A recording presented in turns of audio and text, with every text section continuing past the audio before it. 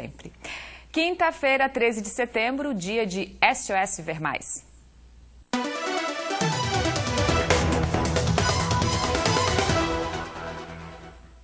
Hoje o médico radiologista Felipe Rosenberg vai falar sobre os mitos e verdades da gravidez e como tem mito e verdade, né, doutor? Boa tarde. Boa tarde, tudo bom? Bem-vindo mais uma vez. Obrigado. Então, tem tanta coisa que eu não sei nem por onde começar, né? Mas vamos começar já pela barriga, né? A gente estava falando que a barriga é todo dia, né? A forma da barriga define o sexo, né? Dizem por aí. Dizem. A barriga pontuda é menino e a barriga mais redondinha é menina, né? Uhum.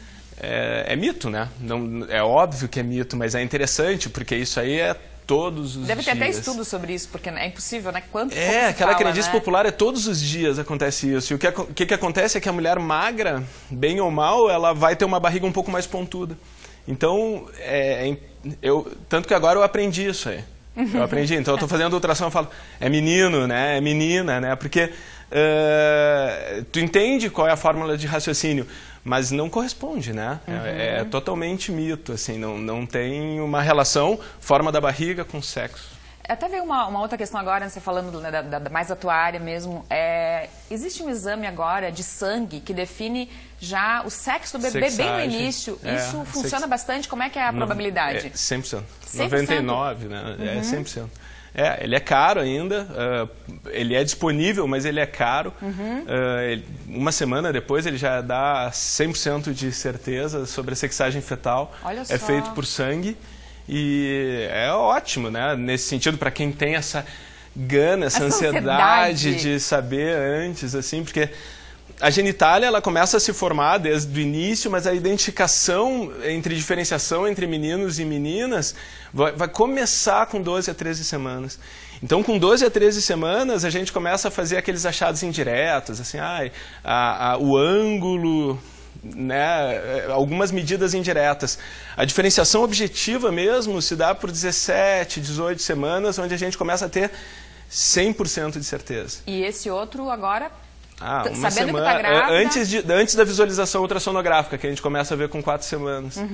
Mas é interessante porque 16, 17 semanas é onde a gente pede para dar certeza absoluta. Não adianta. Não adianta. 14, 15 semanas já está lá. Não, mas eu queria ver, e se der para ver, quem sabe, a gente pode. E daí sempre tem a comadre que conseguiu com 12, né? Então, sempre tem alguém assim, não, mas a minha vizinha conseguiu com 12. Então, é óbvio que o menino tem uma identificação mais precoce, às vezes, dependendo da posição. Mas a certeza absoluta, a partir de 16, 17 semanas, por ultrassom. A sexagem, que é exame de sangue, uma semana antes da visualização já está sendo... Doutor, e falando em exames, tem quem fale que uma grande quantidade de exames na mulher grávida pode fazer mal. Existe isso? Não, isso é mito. Não, é que depende do exame. Sim. Estamos falando de ultrassonografia. Ultrassonografia não, pode ser feito diariamente. Não tem limite. Não tem problema nenhum. Trabalha como eco mesmo, é um eco, e não tem problema nenhum. Pode ser feito e é feito. Em casos de alto risco, a gente faz um controle bem próximo da gestação, diariamente, às vezes hospitalar, dentro do hospital a gente faz quase que mais de uma vez por dia, até para ver algumas questões objetivas de líquido ou de desaceleração fetal. E isso não causa dano. Se a gente vai falando de radiação, daí quanto menos, melhor, é outro exame. Mas esses exames não são solicitados na gestação. Agora, o número de exames em relação da ultrassonografia, isso aí é mito, não tem problema. Doutora, entre esses mitos e verdades aí que você ouve falar, algum que pode exigir cuidado, talvez, assim, alguma coisa que dizem que tem que fazer e não deveria ser feito? Então, né, a gente estava falando da cerveja, né? Então, cerveja assim, preta, a cerveja preta, né? Então, não é aconselhável cerveja durante a gestação, ou então num puerpério imediato, né? Mas estimula o leite. Óbvio que é tudo questões de bom senso. Quando a gente libera alguma coisa ou proíbe alguma coisa, é tudo com questão de bom senso. A gente não pode proibir, mas se a pessoa for consumir uma dose mínima, também não vai ser... tem aquele desejo também, não que é outro mito e verdade que a gente podia falar. Que vai nascer, né, com cara de cerveja preta, né? Não dá, né? Então, esse tipo... É tudo questão de bom senso, né? Quando a gente estabelece uma norma, a gente tem que pecar pensando que as pessoas não vão entender, então a gente proíbe determinadas coisas. Então, o chocolate, por exemplo, né? O chocolate não é só o chocolate, mas alguns alimentos fazem com que o bebê responda, que o bebê se mexa mais.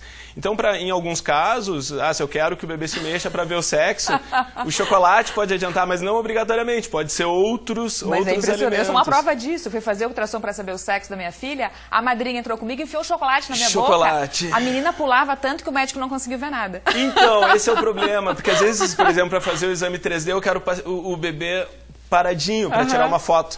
Daí o bebê tá lá dando volta porque comeu, e daí desconta também, né? Então assim, eu vou comer chocolate, daí come chocolate de verdade, assim, com aquela vontade. Daí é óbvio, o bebê se mexe mais, né? Então, não é que ele facilita para o sexo, mas ele faz o bebê se mexer. Só que a gente tem a questão da diabetes gestacional.